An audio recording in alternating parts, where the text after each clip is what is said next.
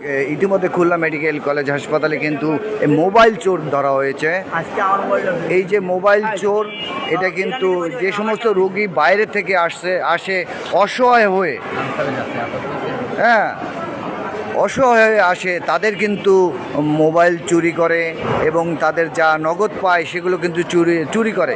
ইতিমধ্যে খুলনা মেডিকেল কলেজে যে আনসার বাহিনী রয়েছে নিরাপত্তা কর্মী হিসাবে, তাদের হাতে কিন্তু আটক হয় এবং এই দেখতে পাচ্ছেন চোরকে। এখন আমরা শুনবো যে আইনগতভাবে তাকে কি করবে। আচ্ছা ভাইয়া,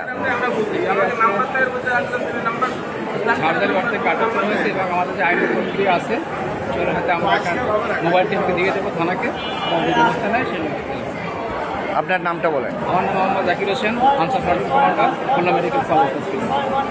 দর্শক শুনতে পেলেন, এখানে যারা নিরাপত্তা কর্মী রয়েছে তারা কিন্তু তাকে থানায় হ্যান্ডওভার করবে, এমনটা শুনতে পেয়েছি।